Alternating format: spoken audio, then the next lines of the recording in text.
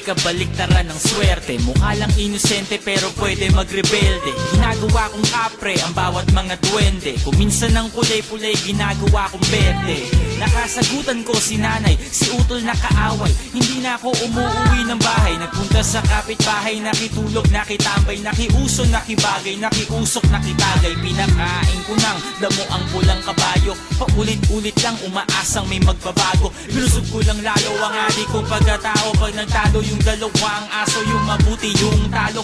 Napalayo sa realidad. Naglalakad ako ngunit akala ko ako'y lumilipad. Naging tamang hinala, panay maling akala. Hinahabol ko ang tama at mukhang mali na akala. Gusto kong maglaya, gusto kong mga pangarap kong mangyari agad. Gusto kong lumangoy, gusto kong lumipad.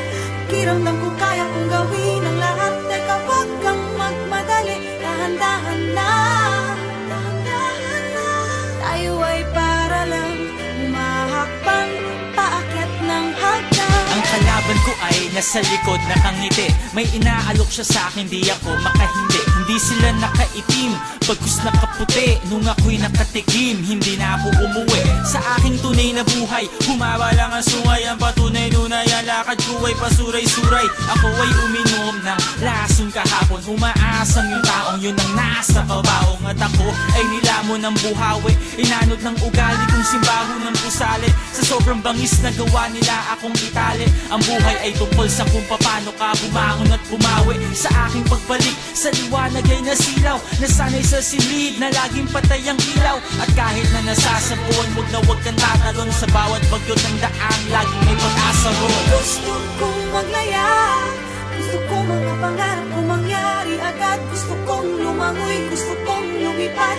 Pakiramdam ko kaya kong gawin ang lahat. Teka, wag kang magmadali, dahan-dahan na.